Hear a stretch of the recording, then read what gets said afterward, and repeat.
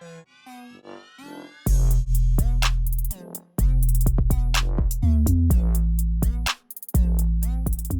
this video, we're going to be taking a look at an inclined plane, and you're going to have to approach these problems a little bit differently compared to objects that are sitting on flat surfaces or that are hanging vertically. So obviously an inclined plane is a ramp where there's an object sitting on it.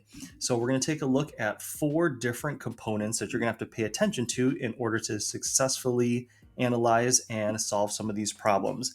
The first one is the X and Y axis. So normally your X and Y axis obviously looks something like this, where it's straight vertical and straight horizontal. But now when something is sitting on a slanted surface, it definitely will not move in the horizontal and vertical direction.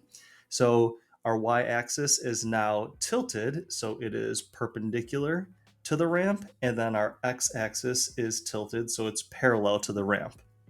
So now that we have a new X and Y axis, we're going to have to follow the rules of having a perpendicular and parallel axis as opposed to the straight vertical and straight horizontal axis.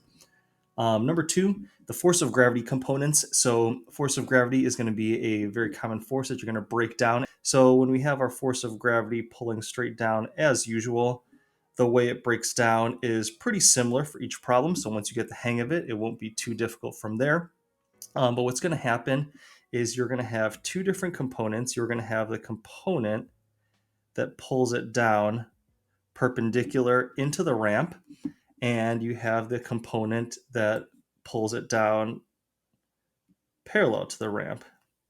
So we have our X component and our Y component over here.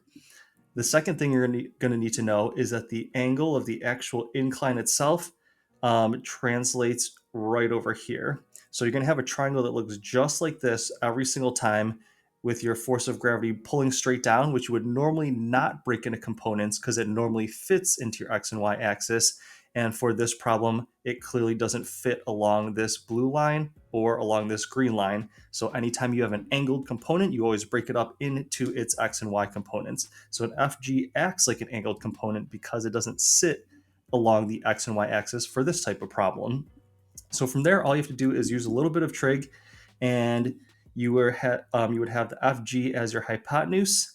And then for the horizontal component, it's opposite of the angle. So what you would do is say the sine of theta equals the X component over FG. And then once you multiply the FG to the other side, then your X component, which I often call FGX, would equal your force of gravity times the sine of theta. And your force of gravity is, of course, mg, mass times 9.8, as usual. And then for your other component, your Y component, it's going to look very similar to that. So it's going to be called our FGY, but the Y component, as you can see, is adjacent to the angle. So is going to be equal to FG times the cosine of that angle. And again, FG is still mg, mass times 9.8. So that's going to be one of the steps that you put into place pretty much every time you do one of these problems. Secondly, or actually third, taking a look at friction. So with friction, oftentimes it's going to be pushing back in the opposite direction of the slide, which would be this way.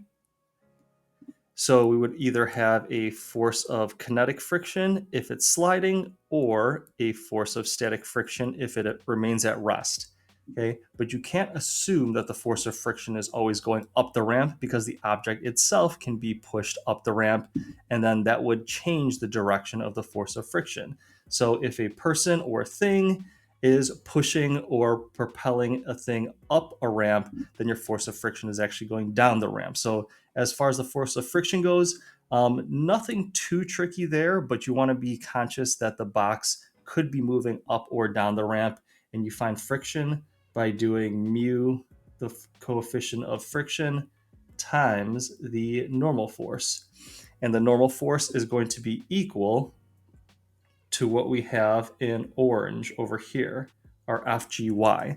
So in the perpendicular direction, It is very common that you are in equilibrium in the perpendicular direction because there is no movement in the perpendicular direction. Very typically, it is in the parallel direction. So with that being said, you normally just have FGY minus the normal force equal to 0. Therefore, your normal force does equal your FGY.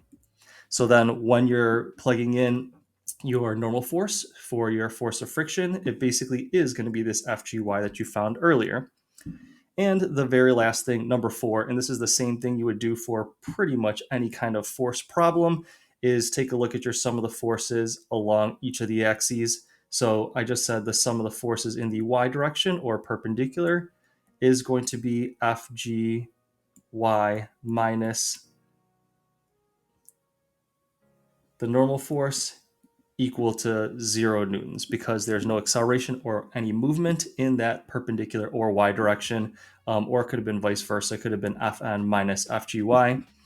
And then secondly, you want to take the sum of forces in the x direction when you're analyzing the motion. So the motion, like I said, is very, very typically going to be along this green line over here, which means that you would have your Fg X as your normal driving force pulling the object down the ramp, and then possibly minus some sort of friction if there is friction on the inclined plane, and then set that equal to m times a, and then this is typically where you find the acceleration of your object.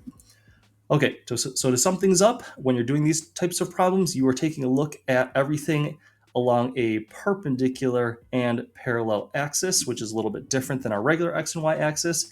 We're going to take our FG and always break that into components because our FG is no longer sitting along the xy axis for this type of problem. So we want to break it up into the y and x components. And we do that by using Fg sine theta and Fg cosine theta. For friction, you do mu times normal force, and you want to make sure that usually normal force is in purple over here going up the ramp because it's opposing the slide that is typically going down the ramp. But as I said, be careful because the object could be moving up the ramp and then this arrow would be flipped the other direction. And then number 4, for your sum of forces, that's very typical for analyzing and solving a force problem.